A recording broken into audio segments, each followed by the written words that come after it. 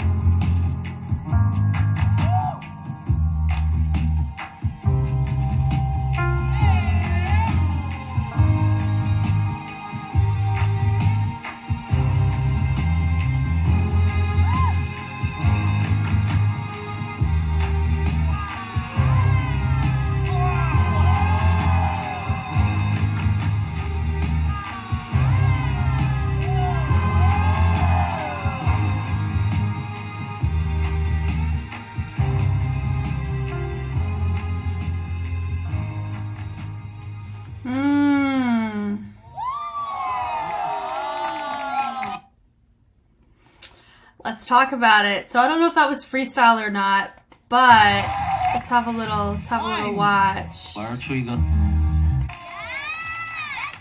Okay.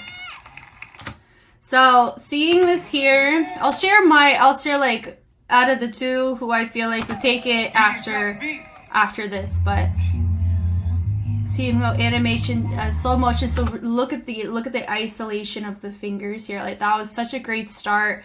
He's building it, eyes closed, keeping it around. Do I think it need to be a little bit more refined whenever he travels it over? Yes. But I see where everything he wants to take it, it's very directional where he wants to take his information. And then from there, taking it feels like a fire is brewing, and it matches that sustain that's happening in the vocals or in that sound.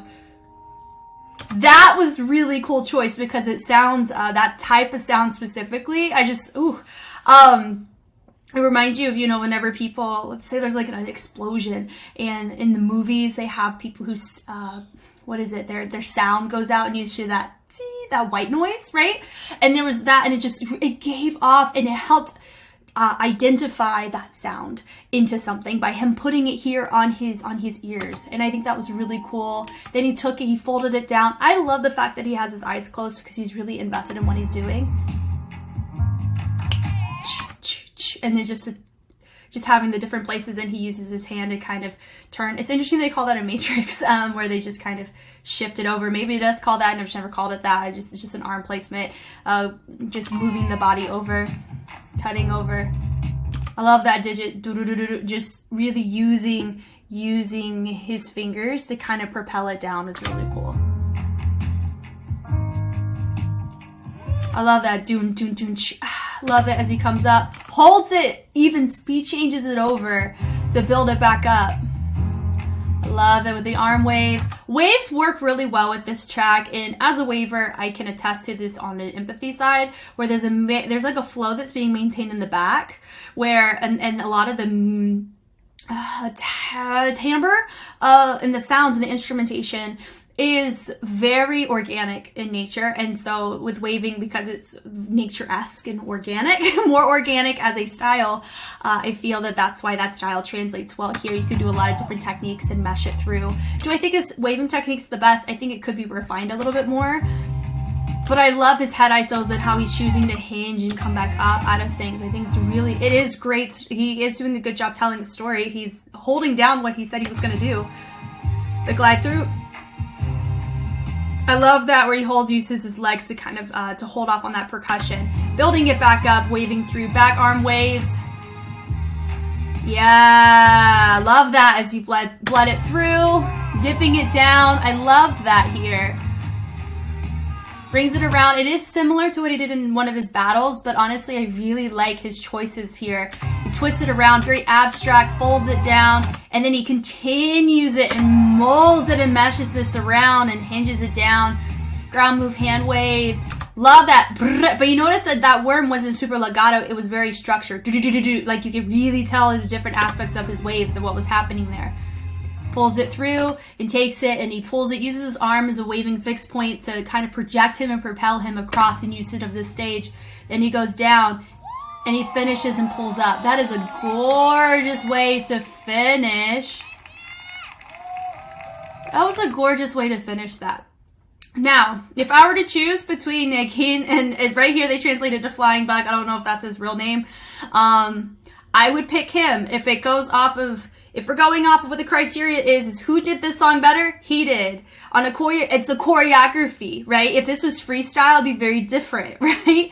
But I'm saying with Nagin, he really didn't do a ton of integration within the music. It's like he had his tricks and he had his vocab and his terminology that he was showcasing throughout, but he didn't do it in a way that matched the aesthetic of the track at all. But here you can see that he was enmeshing and investing and exploring and holding tension and dynamics. Both are wonderful in their own right, but when you isolate it to this very specific situation, he did it better out of the two, you know, and it doesn't discredit who each of them are at all, you know, but I do feel like I'm going to be very curious who these judges vote for, because I think it says that somebody goes home, right? Or it's either one goes home and one stays, maybe. I think that's what it is. I don't know, but we're going to find out soon, you know, and it's going to be a battle of, I think judges are thinking big picture. They're going to be thinking that more so than the isolated event, which is here. But it's going to be interesting for sure.